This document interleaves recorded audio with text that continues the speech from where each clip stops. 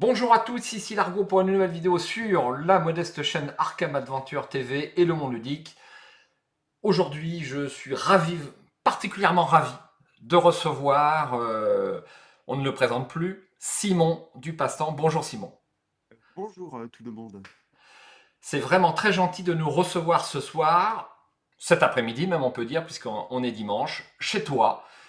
Et un dimanche, tu consacres un tout petit peu de temps à notre modeste chaîne, et ça, je trouve ça extrêmement généreux et Non, mais sympathique. j'ai l'impression j'ai l'impression que je consacre à un truc modeste, tu sais? Non, ça me fait plaisir d'être là, il y a pas de il y a pas de déférence comme ça, pas de souci, avec plaisir. Alors pourquoi je dis ça? C'est parce que Simon, donc de la chaîne du passe-temps, on a l'impression que vous êtes plusieurs, parce que quand je vois le nombre de vidéos que tu fais, plus ton activité au magasin, mais ça respire l'énergie à chaque vidéo. Et d'ailleurs, on est 70 000 à le penser, 70 000 abonnés au jour d'aujourd'hui. Donc, comment fais-tu et qu'est-ce que tu manges au petit déjeuner pour arriver comme ça à être une pile électrique aussi débordante d'énergie? Alors déjà la première chose, c'est qu'effectivement, on a l'impression qu'on est plusieurs, mais c'est parce qu'on est plusieurs. Le boulot de montage que peut faire, mes collègues Baptiste et Tim, c'est pas rien. Depuis récemment, j'ai un collègue qui s'appelle Jérémy qui est chargé un peu de la production, des vidéos, machin, qui est là aussi. C'est pas rien. Le boulot de connaissances sur les jeux que peuvent avoir mes collègues, que ce soit Nicolas, Thomas et particulièrement Rachel, c'est pas rien non plus. Donc je veux bien qu'il y ait un côté homme orchestre, j'entends et je vais pas nier qu'il y a une grosse part du boulot que j'assume, mais c'est pas un boulot que je fais tout seul. Ensuite, bah, écoute, j'ai une chance dans la vie, enfin du moins vous en avez une, c'est que j'ai pas de gosse, enfin j'adore prendre sur mon temps pour faire ça. Parce que c'est clairement un boulot que je fais en plus de mon boulot au magasin. Donc bah tu fais un choix à un moment. Et moi j'ai pris le choix de dire, hey, je vais me marrer, je vais faire ça pendant quelques années. Et bah, du coup, oui, c'est au détriment de ma vie sociale, clairement. Donc il y a pas de secret, c'est que tu fais moins de trucs à côté, c'est tout. Bravo. Alors, qu'est-ce que tu prends au petit déjeuner pour reprendre ma question? Je veux savoir. Heu, là, je viens de boire 2 cafés, Ah, avant bon, d'arriver. on fonctionne sur le même mode, on tourne au café. Alors, pourquoi je regarde moi personnellement en tant que viewer le passe-temps? C'est une boutique. Malgré que ce soit une boutique et que vous soyez là pour vendre un maximum de jeux, j'ai toujours eu l'impression dans l'ensemble de vos tops d'un maximum de sincérité. Et moi, avant d'acheter un jeu, l'argot, eh bien, je regarde les vidéos du passe-temps. C'est comme ça, les top 10, les top quelque chose. Il y a toujours cet accent de sincérité, alors qu'après, oui, vous êtes une boutique. Vous pourriez peut-être être tenté parfois de mettre un produit en avant par rapport à un autre, et en plus, je sais que vous essayez tous les produits. Comment faites-vous pour essayer tous les produits? C'est incroyable. Bah, il y a plusieurs questions dans l'une, mais la première, c'est qu'il y a une espèce de mythe, mais que je crois qu'est moi, quand je débarqué au passe-temps en 2007, il a fallu que je le comprenne. J'avais la même réflexion que toi, me dire: «Un magasin, c'est fait pour vendre et pour écouler des stocks, est-ce que tu» sauf qu'en fait, ça, c'est une manière de penser qui est très, comment dire? Qui est très années 80, années 90 de parce que vendre, c'est pas, vendre tout et n'importe quoi à n'importe qui. Ça, moi, quand j'arrive avec Bruno Dej, l'ancien gérant, m'explique ça, On y verra. là, je fais: «Ah bon, vraiment ça?» Et oui, effectivement. C'est-à-dire que tu ne vends que ce que tu as. C'est-à-dire que je vais pas te vendre de la merde, j'en commande pas. Ou je vais pas te vendre des trucs qui te vont pas, je vais te poser la question. Et quel est mon intérêt de te vendre? Tu me dis: «Bonjour, je veux un jeu à 30 balles». Mais c'est quoi mon intérêt de te vendre un jeu à 30 balles, Kenaz? Il y en a pas. Écouler mon stock, bah, il y a un truc qui s'appelle les soldes. Et puis à moi, c'est mon problème à moi, j'avais qu'à pas en commander. Ou je te laisserai l'acheter, mais je vais pas te le conseiller. Bah, ce boulot-là, et ce boulot d'expliquer ce que c'est que bosser dans un magasin, c'est pas écouler des stocks et prendre les gens pour des cons. C'est pas du tout ça.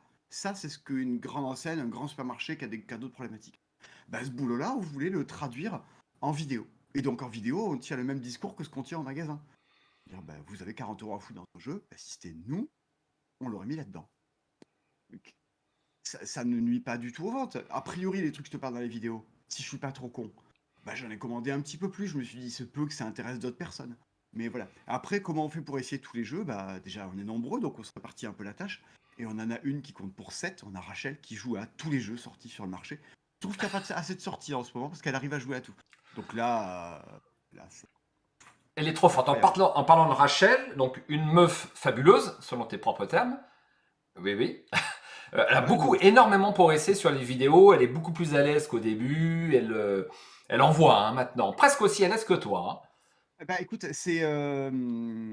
mais Rachel, nous, on se connaissait avant qu'elle bosse là, parce qu'on faisait partie de la même association de jeu et c'était déjà un personnage dans l'association de jeu. C'était déjà quelqu'un qui a un caractère bien trempé, tout ça, et qu'on reconnaît entre plein. Après, être devant une caméra, c'est un boulot de comédien, de gestion du rythme et d'autres trucs. Donc ça s'apprend.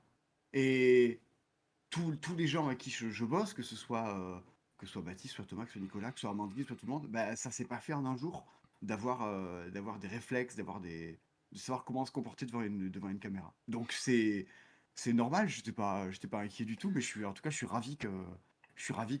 que je sais qu'elle y réfléchit elle pas mal aussi. Donc je suis ravi que ça On participe. en profite pour la saluer, ainsi que tout le reste de l'équipe du passe-temps. Tout le monde est assez bien connu parce que tout le monde passe en vidéo. Donc on a Baptiste hein, qui est là depuis très très longtemps. Ouais. On a une nouvelle petite demoiselle qui est là depuis 2 ans, 1 an. C'est ça, 2 ans. 2 ans. Amandine est là depuis Amandine. 2 ans. Ouais. Ouais. Jérémy, est-ce que c'est le Jérémy auquel on pense qui fait la production vidéo? C'est Exactement, le c'est même, Jérémy qui, de autrefois, avait l'UDEMA. une chaîne YouTube qui s'appelait Ludema, ouais, qui nous file un coup de main On sur se les. rappelle de lui avec plaisir parce qu'il faisait d'excellentes vidéos. Est-ce que j'ai oublié quelqu'un dans l'équipe? Oui, 2 personnes. Rafraîchis-moi la Qui mémoire. sont mes collègues vendeurs, que Ouais, sont Nicolas et Thomas. d'accord. Eh ben, on les salue. Je pense qu'ils verront la vidéo. Donc, un super boulot et avec une bonne humeur, toujours qui transpire à l'écran. Quand je vais voir une vidéo du passe-temps, que ce soit avec Simon ou sans Simon, il y a toujours une bonne humeur qui transparaît. On sent que les gens prennent plaisir à faire ce qu'ils font. Et ça donne quoi? Eh ben, ça donne 70 000 abonnés, la meilleure chaîne ludique, je pense, sur le jeu de société, de mon point de vue. Ça reste que mon point de vue, hein, genre. J'écoute, je ne peux rien contre les points de vue. Absolument. Une deuxième chaîne qui a été créée récemment, donc l'extension du passe-temps, 99 vidéos. Pourquoi avoir créé une deuxième chaîne? Parce qu'il y avait des choses qu'on trouvait pas assez qualitatives pour s'adresser à 70 000 personnes. Je pense notamment au Cdispo, qui autrefois était des vidéos qu'on faisait sur Facebook depuis 4 ans. Je m'étais pas dit, ouais, je vais pas balancer ça à la tronche de 70 000 personnes toutes les semaines. Ça va désagréger l'audience. Enfin, bon, on s'est dit, la grande chaîne principale, elle parle au grand public, aux gens qui s'intéressent aux jeux 2 fois par an. Et la chaîne secondaire, elle parle aux passionnés de jeux, aux gens qui s'intéressent, Toujours. qui s'intéressent aux jeux 2 fois par jour. C'est bien dit. Alors, les points forts de la chaîne, donc un goût immodéré pour le montage. Je trouve qu'il y a une progression au niveau du montage et au niveau des intros. Tu t'éclates là-dessus. Hein. Là, Ah tu oui, oui, fonces. bah, je suis pas seul, mais Enfin, vous n'êtes pas seul, ouais. Il faut me reprendre, tu as raison. Vous n'êtes pas seul à faire le montage. Je ouais, dis ouais. bravo à tous ceux qui bossent Après, là-dessus. Après, effectivement, bah, c'est un peu le montage où la vidéo reste, d'une manière ou d'une autre, une forme de création artistique. Et donc moi, je m'amuse immodérément à trouver la bonne musique, la bonne transition, le bon effet au bon moment, et que ça serve la vidéo, que ça me serve pas juste mes envies, moi, de faire du montage pour faire du montage. Mais je m'amuse assez à ça. Et du coup, tester des nouvelles vidéos me permet de tester des nouvelles choses de montage. Donc, si ça fait plaisir aux gens et que ça m'apprend des trucs en même temps, bah, C'est moi, je trouve ça c'est super réussi. Alors, je trouve que Simon, quand même, tu as un talent particulier pour passer à l'écran. As-tu fait du théâtre? Vas-tu faire du théâtre? As-tu envie de faire du théâtre? Parce qu'on sent que t'aimes ça, quoi, faire le con à l'écran. Tu aimes ça, on peut le dire. Oui, c'est pas une difficulté pour moi, effectivement. Et puis oui, oui, clairement, c'est Assis, un truc couché, debout, que dans une j'apprécie. piscine, avec une perruque. Ouais, D'ailleurs, en parlant des perruques, j'ai cherché une vidéo récemment où tu étais avec un orchestre derrière toi et avec une perruque. Je ne suis pas retombé dessus. Est-ce qu'elle a été supprimée ou c'est moi qui ai mal cherché? c'est toi qui as mal cherché. Elle s'appelle Trop de jeux cette année. Elle a été publiée le 31 décembre Trop sur de la jeux chaîne cette année. principale et sur la chaîne secondaire. Ouais, ouais. Oui, j'ai fait du théâtre pendant 15 ans, je Ah, crois, je dirais un truc comme ça.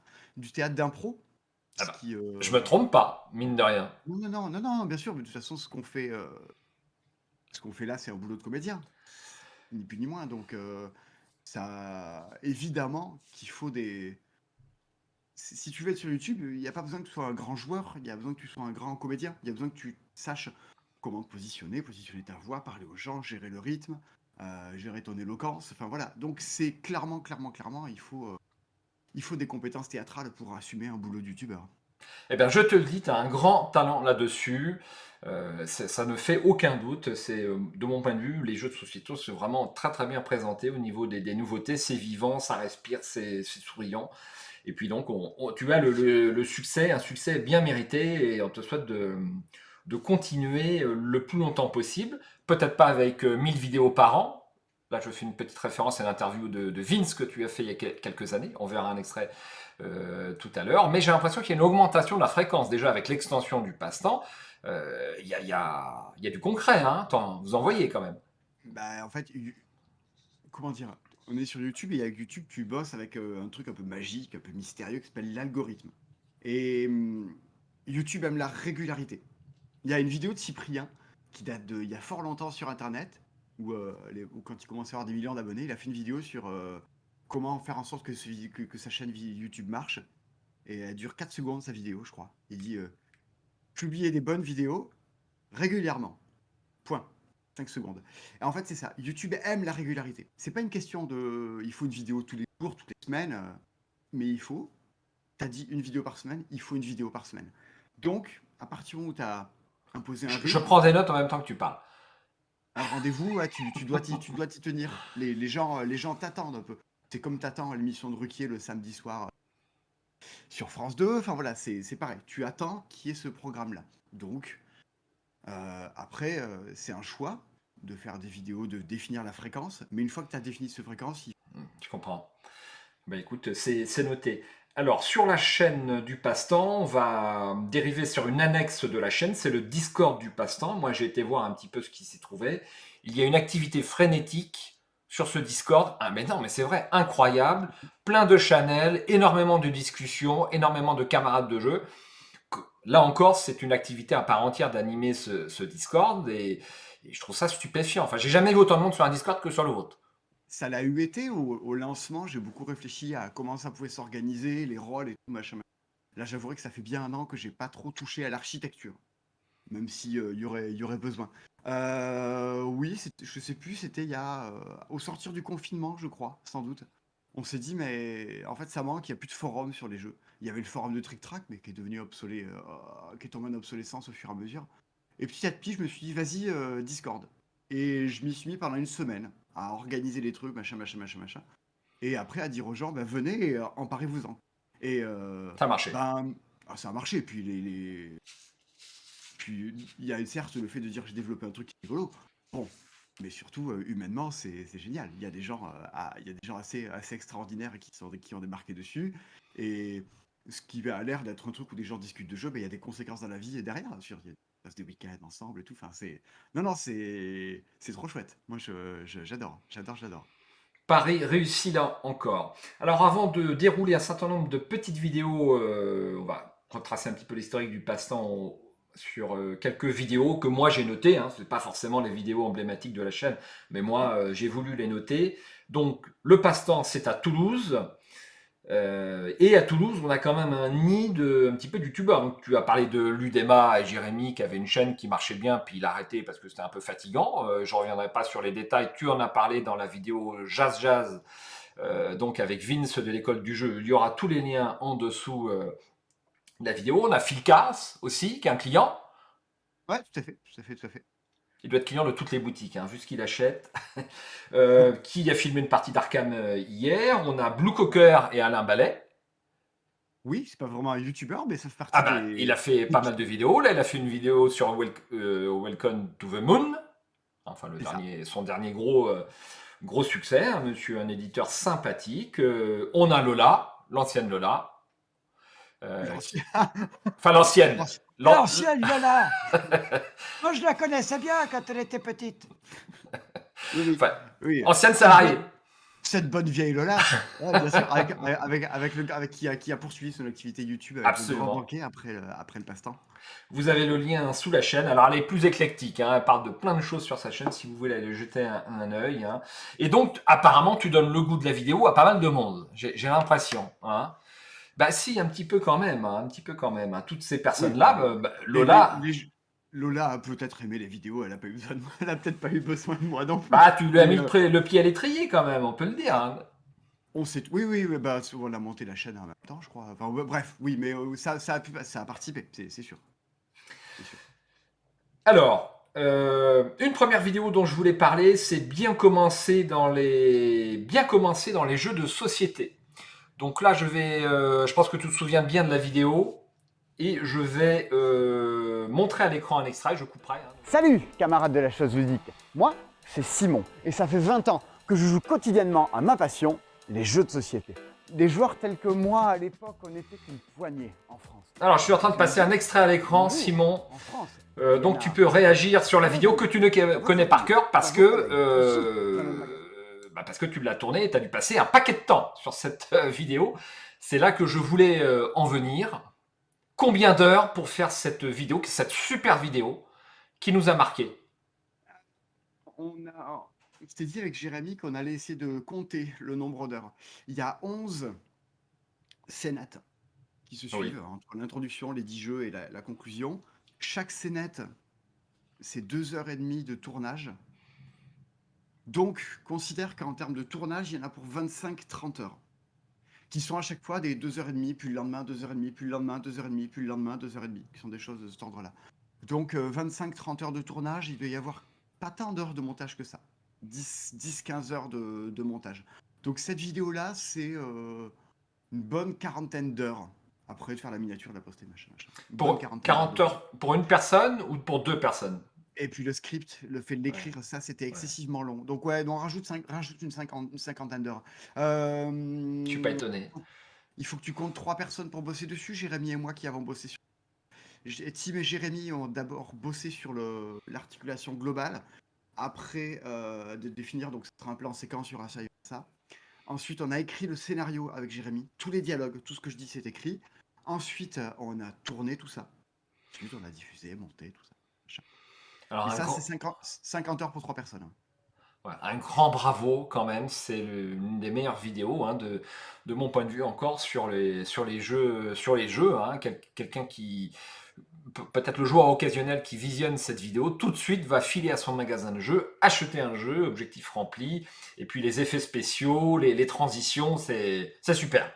Moi, je te le dis, fantastique. Voilà, encore une fois, ça rejoint ce que je disais tout à l'heure, on aurait pu faire un top 10 derrière une table, un truc, enfin bref. Mais on voulait pas ça, on voulait se marrer, on voulait proposer un truc un peu différent. Un plan séquence, ça nous paraissait top. En plus, filmiquement, c'est sympa à faire. Donc, on s'est fait plaisir et ça rend service. Donc, écoute, tout le monde est ravi. 86 000 vues, bravo. C'est toujours bien d'être vu, hein, même si on s'en défend. Bon, quand tu fais une vidéo pour 10-15 vues, c'est moins, pour l'extrême, c'est moins agréable quand même. Non, il y a des vidéos qui sont pas faites pour être vues. Enfin, ça peut être une conséquence, mais c'est pas le but premier. Il y a des tas de vidéos, je m'en fous un peu que ce soit vu. Je veux juste que ça soit vu par les bonnes personnes. Bref. Par contre, celle-là, effectivement, je voulais qu'elle soit vue.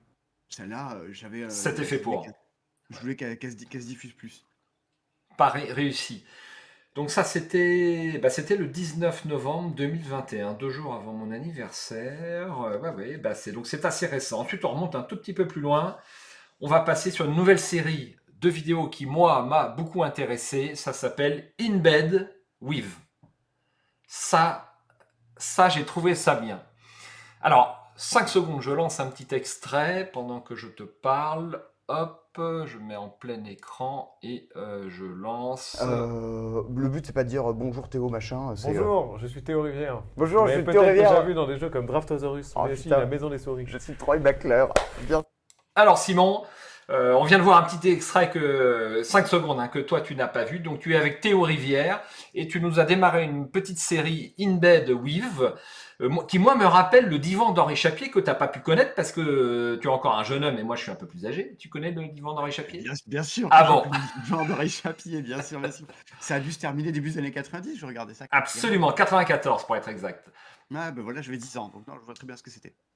Alors, est-ce que tu t'en es inspiré ou alors l'idée t'est venue comme ça? Moi, je trouve ça très sympa parce que c'est assez intime, on discute, c'est le but, hein, on discute avec des gens et on voit pas le discours habituel, on va dire un peu lisse.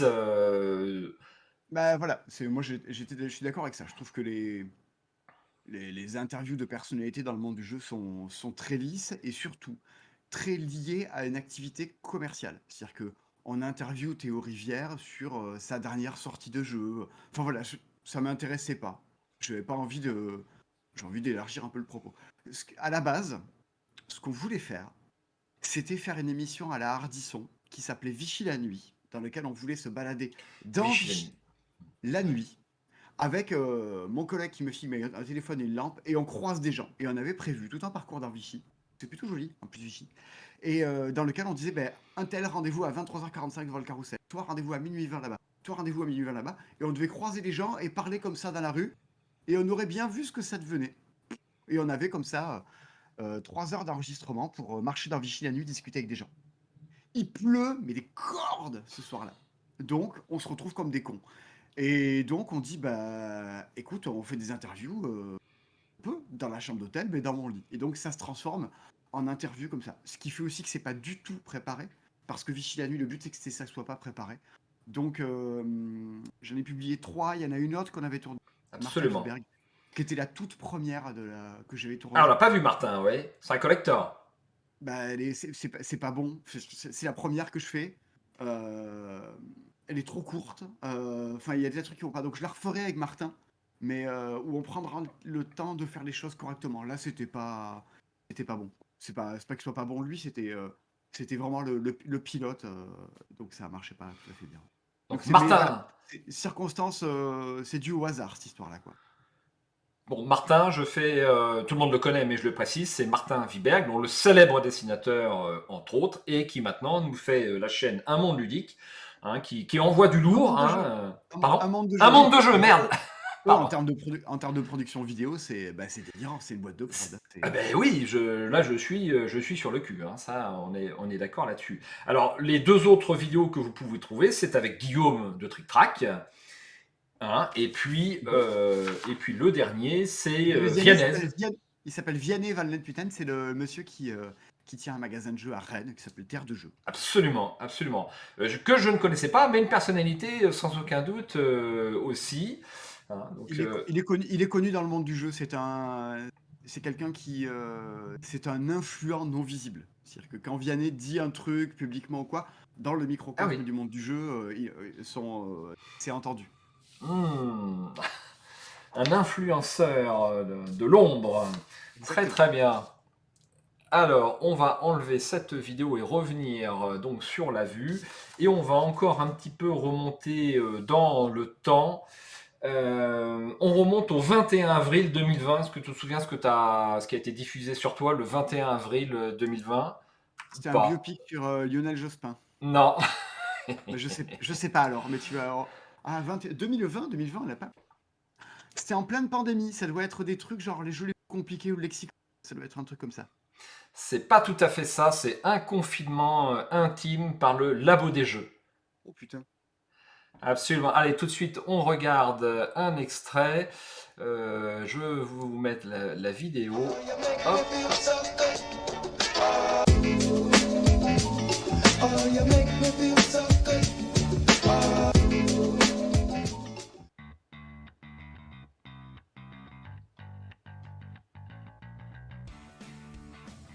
Salut, je suis Simon du Passe-Temps. Vous vous souvenez sans doute de moi si vous m'avez vu dans une vidéo telle que 5 jeux les plus compliqués du monde ou les 7 jeux de société étranges que j'ai chez moi.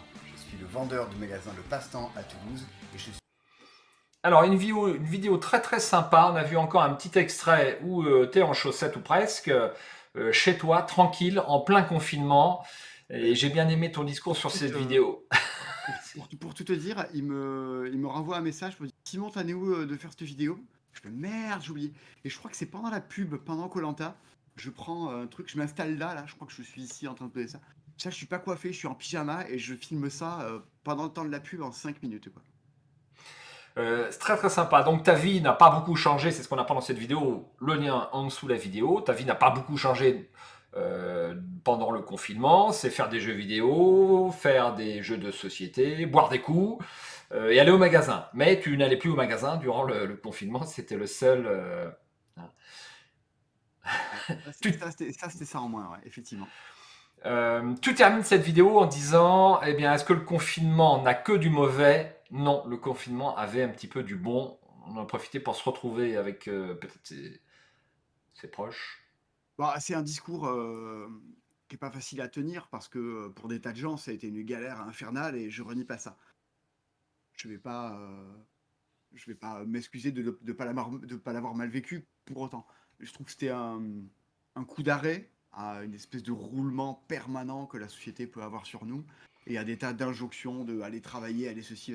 C'était un arrêt dans une routine. Du coup, c'est jamais inintéressant. C'est une forme de vacances, autant au sens de l'arrêt d'une certaine forme de travail. C'est pas, voilà, moi, j'ai pas trouvé ça inintéressant philosophiquement, on va dire. Pareil, on est dans le même cas. Je pense qu'un certain nombre de gens en France se disent que si on pouvait avoir un petit confinement sympa, histoire de prendre le temps de faire ce qu'on n'a pas le temps de faire d'habitude, ça serait pas désagréable. Je me le Écoute, demande parfois. faut attraper le Covid, mais sans développer de symptômes. Et hop, ça fait un confinement sur. Une épidémie totale à Paris, là, je sais pas comment c'est à Toulouse, mais des Bah, écoute, cas à n'en plus finir. ça fait une semaine que je suis pas allé au boulot parce que pareil, je l'ai chopé. Donc écoute, Ah merde. ça galope à Toulouse, un truc, mais j'ai réfléchi qu'entre le 1er et le janvier, c'est quand on demande mais qui était cas contact? Tous les gens que j'avais croisés, mais tous, une quinzaine, soit l'avaient, soit étaient cas contact de quelqu'un. C'est-à-dire que dans tous les gens que je connaissais, personne n'avait pu y échapper. C'est pour te dire, donc bon, écoute, Aussi à Toulouse. Écoute, c'est stupéfiant. Bon, on va refermer la parenthèse parce que le Covid, c'est pas trop marrant, hélas.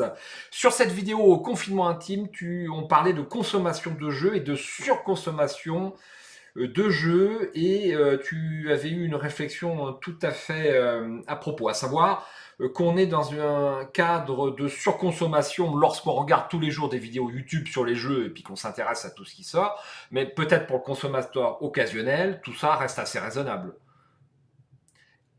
et J'ai- ça, en fait, il y a une population de joueurs, de ce qu'on peut visiblement voir sur la communauté des ludistes ou autres, euh, qui sont des hyper consommateurs. Et il y a plein de choses qui n'existent que pour parler à ces gens-là. C'est-à-dire qu'il y a plein de jeux sur le marché du jeu qui ne sortent que pour être vendus à 1000, 2000 exemplaires euh, et disparaître et jamais être retirés par la suite. Moi, il y a plusieurs trucs qui me font tiquer là-dedans. Il y a des fois des jeux dans lesquels tu vas à la sortie avoir, qui sont des conséquences de Kickstarter en partie, avoir des tas d'extensions, tu vas te parler d'une rejouabilité folle, va te parler. Jamais personne va jouer à ça. Je pense que 80% des jeux ne sont joués que sur le mode de jeu de base. Peut-être des gens qui jouent il y a certainement des gens qui jouent aux variantes, mais qui achètent des extensions. Mais pourquoi avoir un.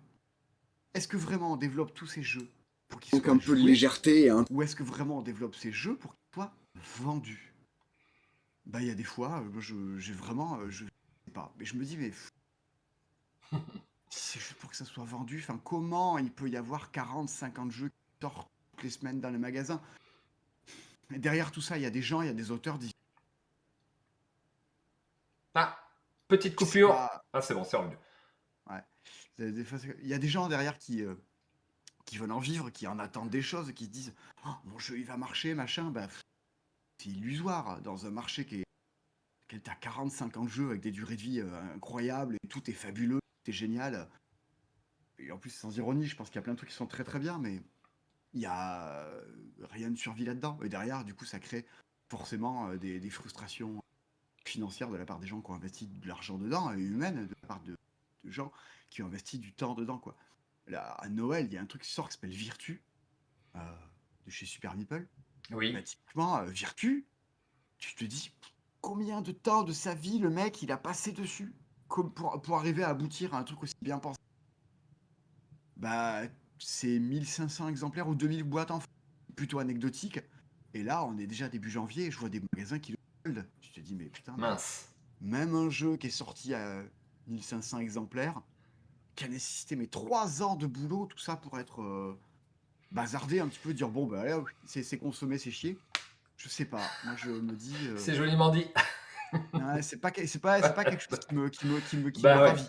Bah oui, forcément. Alors, un excellent jeu, Super Meeple, qui sort plein de bons jeux. J'étais en contact avec Charles Amir de Super Meeple, on le salue au passage. Voilà, Gloire d'Odin, enfin des jeux un petit peu plus connus. Et le problème, je te parle dans mon cas personnel, Simon, le problème c'est qu'on n'a même plus le temps de s'intéresser aux très bons jeux. lorsqu'on est passionné, je ne m'intéresse qu'aux jeux excellents. Donc, parce que je sais que si je veux m'intéresser à tous super bons jeux, eh bien, c'est pas possible. C'est aussi simple que ça. Et j'ai un Ah oui, boulot. c'est J'ai un boulot. bah, c'est ce qu'on voulait démontrer dans Bien commencer dans les jeux de société, c'est que on- dans le discours, je cherche à insérer le fait que le jeu de société fait partie de l'espèce de comment dire, de dilemme, de bataille pour le temps disponible. C'est-à-dire qu'on est dans une société dans laquelle on doit avoir vu la dernière série Netflix. Ah, t'as pas vu tel truc qui est sorti au ciné. Ah, est-ce que t'as joué à tel jeu vidéo? Ah, mais t'as pas lu tel bouquin? Il y a une BD géniale qui va de... Ah oui, mais attends, il y a un nouveau jeu là, putain, qui est trop cool. Il y a un système de campagne et de legacy qui est incroyable. Dire, Oui. mais comment tu peux répondre à toutes ces injonctions? On te demande d'aller faire des courses, de faire ceci, de faire cela. Et le jeu de société fait partie de ça, fait partie de cette bataille pour le temps disponible. Bah, auquel tu joues, auquel tu cèdes. Bah, la guerre des éditeurs, elle est là-dessus, quoi. Elle est sur être que le mien passe par-dessus, Ça doit pas être facile montre pour les eux. autres. Hein, je voudrais pas être à leur place, surtout quand on Non. est sur une petite boîte. La concurrence est vraiment extrêmement sévère. Alors, Virtu, excellent jeu, on le dit au passage, je pense avec Simon. D'ailleurs, tu as fait des vidéos dessus. C'est un bon jeu que tout le monde vous recommande. Alors, après, Simon, on va aborder un sujet qui fâche. Mais on va rester amis. Le 31 octobre 2020, mes 5 jeux de deck building préférés. Charlatan de Belcastel, Dominion, Ascension, Iron Hand et Orléans, et pas de Arkham JCE, j'allais dire Adventure. Le Arkham JCE, il n'est pas dans ton top 5, absolument. Est-ce que c'est normal ça? Bah, si tu fais un top 5 de vidéos sur le carrelage, bah, tu parles pas de tapisserie, parce que c'est pas du carrelage. Oui. Arkham JCE, ce n'est pas du deck building. Un deck building, c'est un code. C'est tu as des éléments, en l'occurrence des cartes. Tout le monde part avec a priori à peu près le même set, et ça s'implémente pendant la partie pour arriver à un truc, une sorte de course ou tout un système. D'Arkham JCE, c'est pas ça, c'est un jeu de cartes évolutif.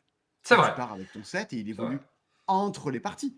Mais il n'y a pas d'histoire de tu remélanges ton deck, de monter en puissance à l'intérieur même de la partie. Il n'y a pas d'histoire de choix compétitif avec les autres, de qui fera les meilleurs choix alors qu'on a a priori les mêmes. Donc, c'est pas la même chose. Donc, ce n'est pas. Arkham JCE n'est pas un jeu de deck building. Ah Donc, d'accord, c'est pour ça que je me suis un petit peu trompé. Il y a une partie de deck building, on va dire, et c'est vrai que c'est pas du tout la totalité du jeu. Hein. c'est ce qui, certes, c'est de la construction de paquets de cartes, mais c'est tellement. C'est du JCE, c'est du construire un paquet de cartes entre les parties. L'intention de jeu est tout à fait différente des autres jeux cités précédemment, quoi. Donc, C'est juste, c'est juste. Bon alors, ça ira pour cette fois, on va dire. Est-ce qu'on aura la chance? Alors, tu es ici quelques fans d'Arkham, hein, tu t'en doutes, JCE, voire plus d'un. Est-ce que peut-être un jour on aura droit à une petite vidéo du passe-temps dédiée à Arkham JCE? Est-ce que c'est un jeu qui se vend bien dans votre boutique et peut-être aussi Marvel? Je pense que ça peut intéresser nos viewers qui sont là aujourd'hui, ou tout au moins certains. ouais, on a des gros fans d'Arkham par exemple, il y a des gens qui, cette année, au 31 décembre, on jouait à Horror Arkham. Genre, ah, on passe notre réveillon à faire ça. Donc C'est vraiment, c'est un incroyable. jeu oui, donc c'est vraiment un jeu qu'on aime beaucoup. C'est pas la question. Après, dédier une vidéo juste à un jeu, bah, comment dire?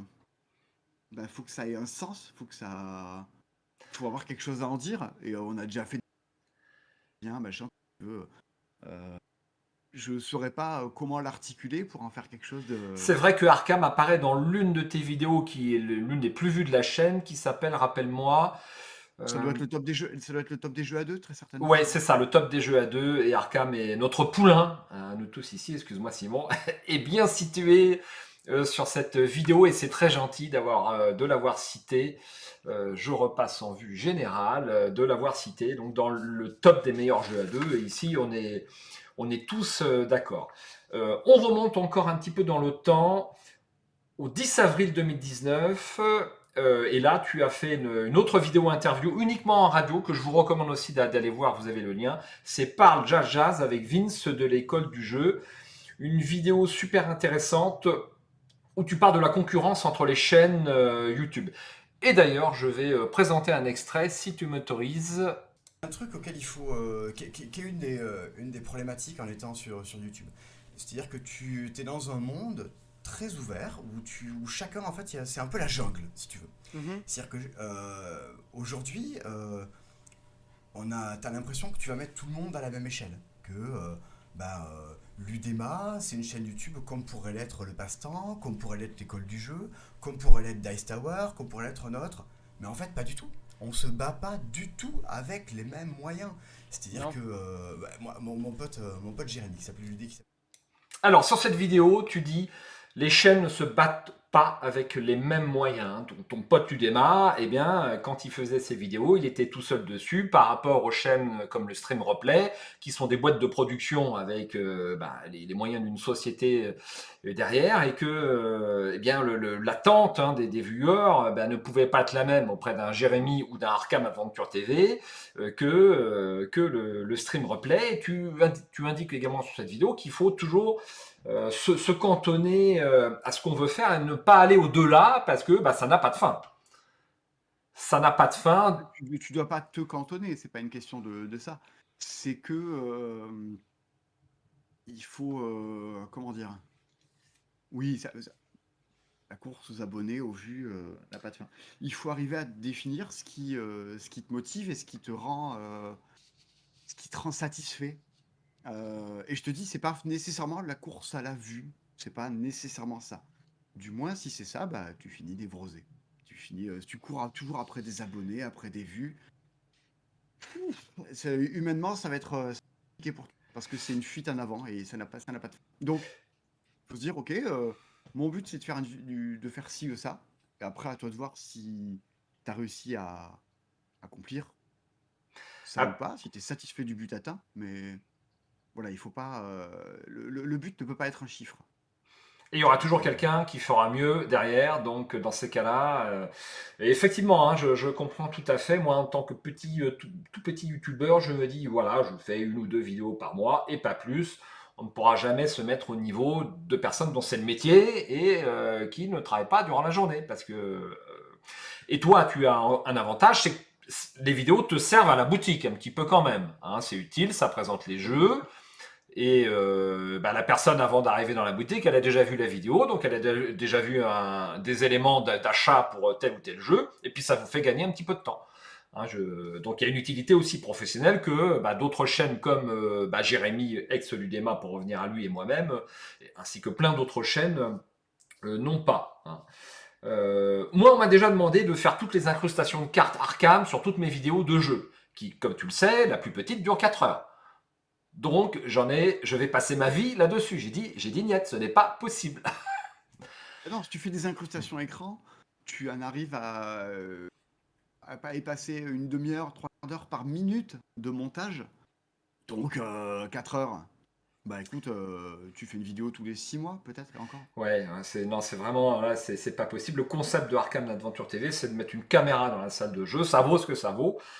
Déjà, j'accepte de mettre un micro depuis quelques temps quand je fais, mais depuis 15 jours, j'ai acheté un nouveau micro. On m'a dit, ouais, le son est pas super. Sur la dernière, j'ai allumé la lumière. Franchement, c'est pas les gens qui payent l'ampoule. Joliment dit. Alors sur cette vidéo Parle Jazz Jazz, on parlait un petit peu de Bruno, le big boss, mais le vizir est devenu vizir à la place du vizir depuis mai 2021, c'est bien ça? Février-mars 2021. Là, Oui. ça fera 1 an bientôt, ouais.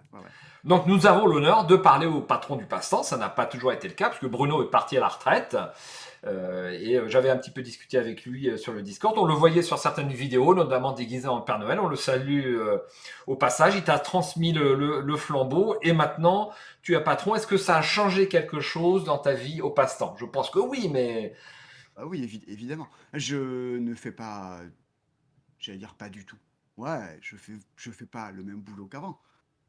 Je fais beaucoup plus de. Avant, j'étais beaucoup plus dans le magasin à discuter avec les gens, à refaire des rayons, à m'occuper physiquement d'un magasin. Là, je m'occupe de la gestion d'un magasin. Donc je suis beaucoup plus derrière un PC toute la journée en train de commander les jeux, J'ai- DRH, de faire DRH et de faire comptable, quoi. Voilà. Et oui, c'est dur, hein, la vie de chef d'entreprise. Pas trop de pression, ça va? Si, il y en a à plus savoir qu'en faire. Mais écoute, j'ai signé pour, donc je vais pas. Je l'ai voulu, je l'ai eu. Bon, voilà, tant pis. Bon, on souhaite bonne chance à la boutique du passant. Enfin, votre boutique a plein d'atouts parce que vous êtes très en vue au niveau YouTube que n'ont pas peut-être d'autres petites boutiques locales, à Pontoise, enfin dans mon coin, etc. Et vous avez quand même cette chance-là d'avoir l'appui, ton appui de youtubeur très connu et puis d'une chaîne quand même à 80 000 abonnés. Ça, c'est super, hein. Tout le monde n'a pas ça, hein. C'est pas que de la chance, je veux dire. Non, c'est pas que de la chance, J'ai c'est du j'ai travail. passé C'est du quelques mois travail. de ma vie à faire en sorte que Oui, ce ne soit pas que de la chance. alors c'est mérité. Oui, c'est un atout, mais à un moment, comment dire, enfin, on a fait un choix. J'ai fait un choix de vouloir dire, je veux qu'il y ait ça pour que ça soutienne le magasin. Ben ok, ben, je me suis investi là-dedans de manière très conséquente. Après, il y a plein d'autres façons de faire vivre son magasin. C'est vrai que ça donne un effet de loupe, un effet de visibilité, mais l'erreur serait de croire que parce qu'on est visible, euh, on vend excessivement beaucoup plus de jeux. Ou...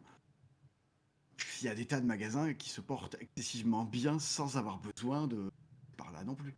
C'est un choix. Probablement plein de magasins qui se portent aussi bien que vous, mais bon, le fait de pouvoir faire une petite publicité une publicité, une mise en avant, hein, je préfère concernant le passe-temps. Pour d'autres, je dirais publicité, mais pour le passe-temps, je préfère mise en avant de jeux et c'est un compliment. Hein, je te le dis souvent, Simon. Ce qui nous amène au prix du jeu de société. Donc là, ça peut être un sujet sensible. On sait qu'en France, l'argent, oh là là, sujet tabou. Attention, attention. Donc on en a un petit peu discuté tous les deux en aparté un samedi soir il y a quelques temps. Là, on parlait du prix du jeu insondable. Hein. Donc s'il y a quoi que ce soit qui ne te convient pas dans les questions, Simon, je te mets. Mais j'aime bien. Non, non, mais on n'est pas d'accord là-dessus, mais on peut. D'invective ou quoi. Non, non, du tout, au contraire. Hein. Alors, par exemple, moi qui suis un consommateur, hein, comme un autre, pareil, une petite chaîne YouTube, mais je suis un consommateur. J'ai voulu acheter l'instant-là parce que Simon le vend bien et en dit du bien. Donc, quand Simon dit du bien d'un jeu, j'achète. Voilà, donc influenceur quand même, comme pour beaucoup d'autres viewers, influenceurs notables. Donc je me suis un petit peu renseigné sur le prix de ce jeu, qui est un jeu Asmodée, hein, qui vient de sortir. Donc on le trouve à 69,70 € chez Maître Renard, boutique internet, 76,90 € chez Ludo Cortex, 72,90 chez LudiWorld, petite boutique physique et internet. Et puis, j'ai oublié de noter, pareil chez Philibert, 72,90 €. Et, eh bien, hélas, vous êtes un petit peu plus cher chez chez le passe-temps. Pourquoi y a-t-il une telle différence de prix? Donc LudiWorld, je le précise, c'est une petite boutique physique, qui a également un petit magasin internet. On va dire c'est une petite surface, sans doute quand même inférieure au passe-temps. Et donc on trouve le jeu à 80 € au passe-temps. Pourquoi y a-t-il un tel écart de prix sur ce jeu-là? C'est vrai que 10 €, ça peut paraître pas beaucoup, mais dans un budget quand même de particulier, déjà ça compte. Est-ce que peut-être le jeu ne devrait pas avoir un prix bloqué comme le livre? Parce que c'est un produit culturel pareil, et puis on achète un petit peu la même chose. Double question. Moi, je ne suis pas pour les prix bloqués. Je trouve que. Bon, on pourrait passer 1 heure sur le sujet du prix bloqué et de la TVA, et de la TVA 5 et machin. Ouais. Je suis pas pour. Je trouve que interroge des libraires.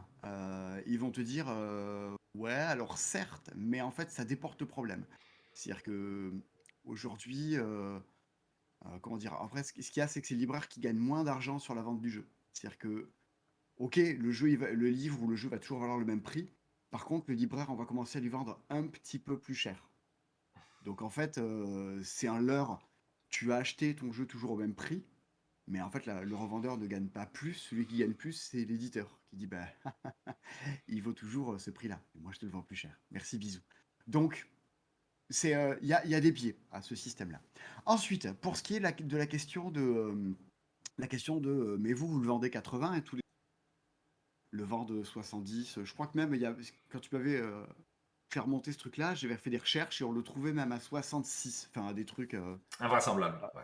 Ouais, bah, en fait, voilà. Un jeu dans le monde du jeu, il est à ce qu'on appelle un prix public conseillé, qui généralement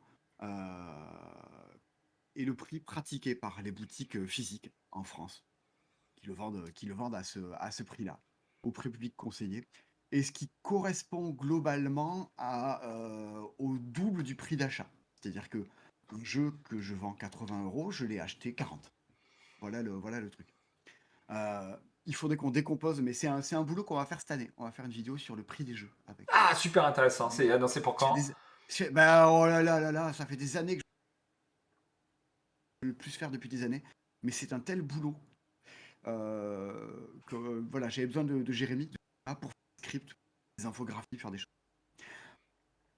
Sur ces 80 euros, donc moi il me reste, une fois que j'ai gagné 80 euros, il reste 40 euros que j'ai refilé à Asmodée parce que je leur ai acheté le jeu. Sur ces 80 euros, il y a la TVA. Donc il y a 8 euros et quelques non plus de TVA. Et à la fin, il me reste une marge là-dessus pour vivre. En fait, ce que tu vois, c'est qu'il reste grosso modo une trentaine d'euros. Chaque fois que tu diminues ton prix de 10% en le vendant 72 ou de 20% en le vendant 66, tu enlèves Bien ce sûr. qui te reste derrière pour manger. Tu diminues ta marge. Bien. Oui. Une marge, effectivement, tu peux dire, bah, les autres le vendent ce prix-là, pourquoi tu le vends pas ce prix-là? Effectivement, je peux me lever demain matin et dire, je le vends au prix que je veux, hein. C'est pas un souci. Mais ce qu'il y a, c'est que immédiatement, moi demain, si au magasin, je fais 10%, je m'aligne donc sur Philibert, Ludiworld, qui tu veux. Bah, je prends mon bilan comptable et toute la partie recette, j'enlève 25%. Bah, tu me dis, bon, bah, c'est un choix, c'est un risque, c'est un pari. Et puis, pour l'instant, la seule conclusion que je sais, c'est que bah, il va falloir que tout ce que je prévois, je fasse beaucoup plus gaffe, parce que je vais gagner un quart de moins ma vie que ce que je la gagne actuellement. Donc, c'est un choix d'entreprise, c'est un choix de système économique. Bien. Et effectivement, tu peux être qui tu veux, tu peux être une toute petite structure, tu peux être une énorme structure, tu fais ce choix-là. Est-ce que, parce que je diminue mon prix de 10%, est-ce que j'augmente mes ventes de 25% derrière? Je sais pas. Peut-être. Ben peut-être, mais j'en sais rien. En tout cas, si c'est pas le cas, ben j'ai juste gagné de l'argent pour rigoureusement le même taf. Donc, c'est un calcul. C'est actuellement le magasin. Le fait aussi de si demain je le vends 12, parce qu'en fait, voilà, il faut se dire qu'historiquement, il y avait toujours ces deux prix. Il y avait le prix public, 80, et le prix internet, moins 10%, 72. Oui. Et puis, tu as des gens qui ont dit, ah ah, Philibert fait 72. Bah, nous, on va vendre plus que Philibert. Et on va le vendre 71, 70, Maître Renard, 66, Ludum, 66, ce que tu veux. En se disant, ben, c'est comme ça en fait. Si les gens veulent au prix, on va vendre au prix. Bon, pourquoi pas. Mais en fait, des gens qui vendent moins cher que Philibert, tu vas en trouver, hein. Mais c'est bizarre, Philibert, ça existe toujours autant. C'est toujours la référence du truc. Bah, parce que aussi, les gens achètent Philibert, pas juste parce que c'est les moins chers, parce que aussi, c'est les meilleurs. C'est en termes d'expédition, de service, de suivi, de rendu de site internet, c'est les meilleurs aussi. Le prix, c'est pas l'alpha et l'oméga de tout. Moi, j'assume le fait de dire, bah, ok, ouais, sur les prix, bah, on n'est pas bon. Est-ce qu'il serait possible, Simon, je t'interromps, d'avoir un prix pour la boutique où la personne a un service et donc discute avec un vendeur et tout ça, ça prend du temps et de prendre une opinion et d'avoir un prix internet où on fait seulement le paquet. C'est juste une piste que je lance. Ça doit exister dans certains domaines. Ouais, c'est possible. C'est tout à fait possible. C'est partie des réflexions, là. Pour rien te cacher, là, on a une réunion mardi, où on ferme le magasin, on prend la journée pour discuter. C'est partie du genre de choses qu'il faut. Ce que ça induit, et que j'aime pas trop, c'est que tu vas te dire, ben moi, je me suis déplacé. Je suis venu au magasin. Je suis venu vous voir en ville. Avec la pandémie, avec les gilets jaunes, enfin, pour des tas de gens, c'est un effort d'aller en ville. Et donc, je vous vends le jeu plus cher. Euh, Alors que si j'étais resté chez moi, que j'avais fait 2 clics sur mon truc, bah, j'aurais eu le truc moins cher. Donc tu vois, c'est pas juste, c'est des choses qu'il faut équilibrer, qu'il faut arriver à agencer. Non, moi je pense que ce qu'il est faisable, c'est de dire, bah ouais, ok, je peux te le vendre moins cher. Mais il faut à ce moment-là avoir un système de fidélité qui va dire, bah, ok, moi je veux bien m'aligner sur alors peut-être pas sur Maître Renard et tout, parce que laisser croire que derrière, tu peux gagner ta vie en diminuant ta marge de moitié, je trouve ça un peu chaud. Je, Bien sûr. je, je suis pas, je suis pas prêt à ça et je pense que si tout le monde vivait comme ça, bah hélas, les magasins de jeux ne seraient pas ce qu'ils seraient parce que en faisant ça, tu n'as pas les moyens de développer ton activité et de rendre un service de qualité aux gens derrière. Ça, c'est le comptable qui parle. Après, ce qu'il est possible de dire, effectivement, c'est sans doute ce vers quoi on va aller. Il reste à poser des chiffres et à trouver le bon calcul, mais de dire, bah, si vous avez regardé nos vidéos, si vous trouvez que, ok, vous voulez acheter ce jeu-là, et pourquoi pas vous dire nous l'acheter. Bah ok, on veut bien trouver une façon de récompenser tout ça, de récompenser ceci, cela, en vous disant, on vous fait des prix. C'est C'est pas un vrai qu'un souci. système de fidélité serait utile. Je ne sais pas s'il y en Bien a sûr. un, hein, Mais non, mais non, ça fait partie des choses à lesquelles on n'était pas d'accord avec Bruno. Qui lui pensait que la vente internet c'est un coût. C'est-à-dire que quand je vais te vendre un insondable à 80 € sur internet, bah j'ai payé les frais de port bien souvent, c'est nous qui on les prendre en charge. Il a fallu la manutention, des trucs machin. Enfin, ça coûte un peu plus cher. Donc il n'était pas d'accord avec le fait de diminuer encore les prix sur internet parce qu'en plus c'était des jeux qui nous coûtaient un peu plus cher à vendre pour situer. Donc ça, c'est une cette philosophie à évolution. lui, ce que je comprenais. Bah, maintenant, moi, c'est pas exactement ma façon de voir les choses, donc les choses vont évoluer. Voilà, là, je sors de mon année de stage, de regarder comment tout ça se comporte, premier bilan comptable, et maintenant, temps de passer à l'action. Donc, La les choses vont... comptabilité. Ouais, ouais. Mais c'est top, la comptabilité. J'aime bien. C'est après comme ça que tu peux arriver comment dire, à mettre des éléments qui étayent ta pensée ou qui permettent de réfléchir. Mais c'est un boulot, quoi. C'est un boulot, absolument. Alors, on arrive au bout de cette vidéo et je vais terminer avec un extrait du 21 avril 2017. Je vais le lancer. Ça va être... Est-ce que ça te dit quelque chose le 21 avril 2017, Simon? Punaise, mais pas du tout. On avait déjà une chaîne YouTube en 2017. Absolument. Je crois que c'est la deuxième vidéo. Ouais, c'était fin 2016, la première. Ouais, t'as raison, t'as raison, t'as raison. Allez, je lance un petit extrait, on en discute après.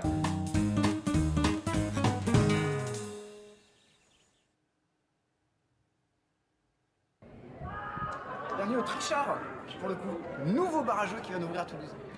Et c'est plutôt cool. Et c'est plutôt très chouette, ouais, c'est plutôt très joli, mais du coup on va rentrer parce que dehors, c'est pas que c'est Boire des super bières sympa, dehors à mais- Toulouse, ça se fait pas trop. Voilà. C'est parti. Alors attention, ça ouvre juste ce soir.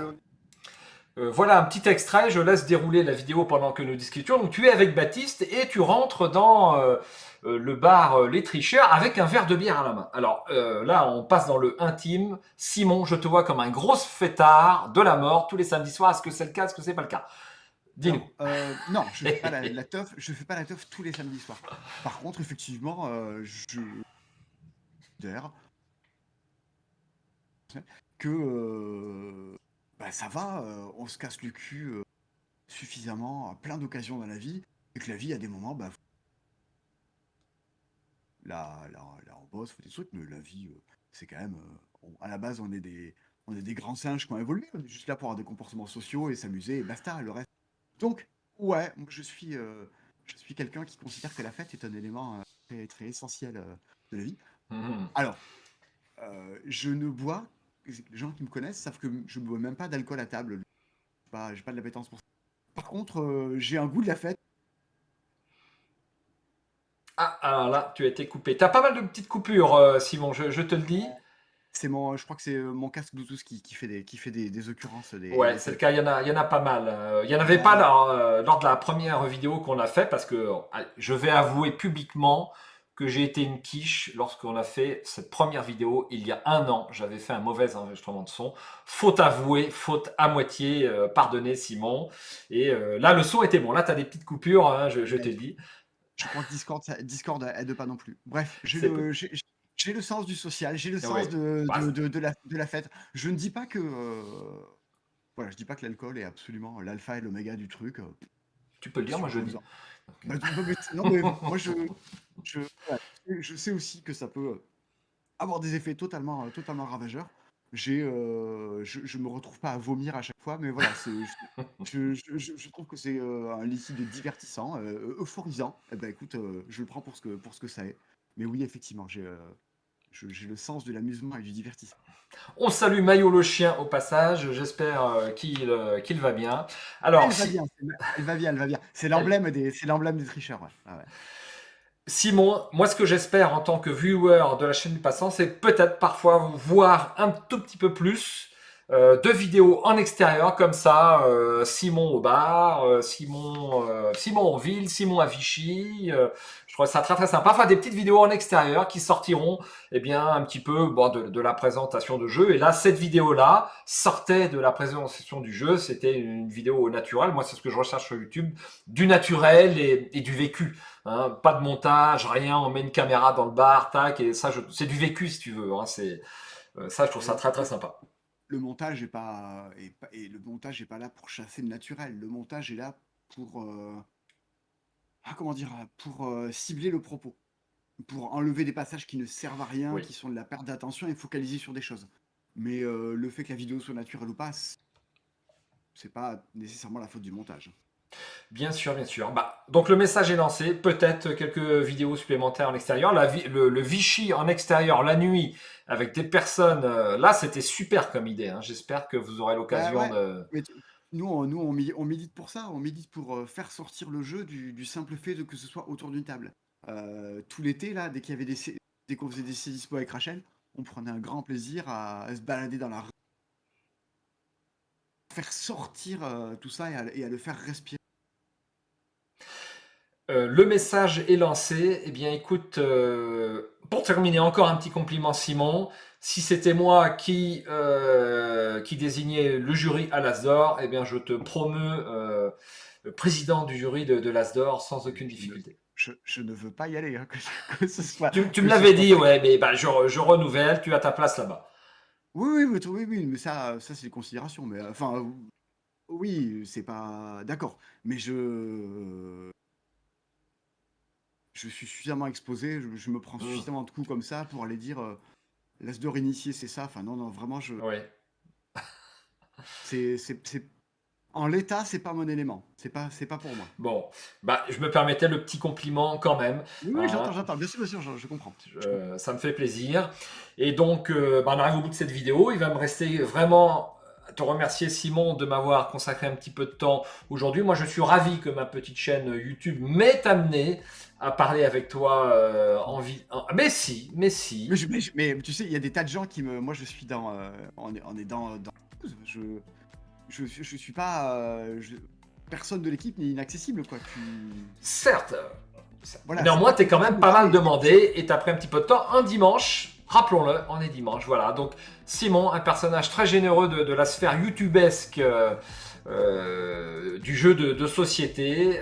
Une petite heure ensemble, c'était super. Je vais te rendre à des activités normales, à moins que tu aies quelque chose à rajouter pour terminer. Souvent, j'oublie de donner le mot de la fin à l'invité, c'est pas bon du tout.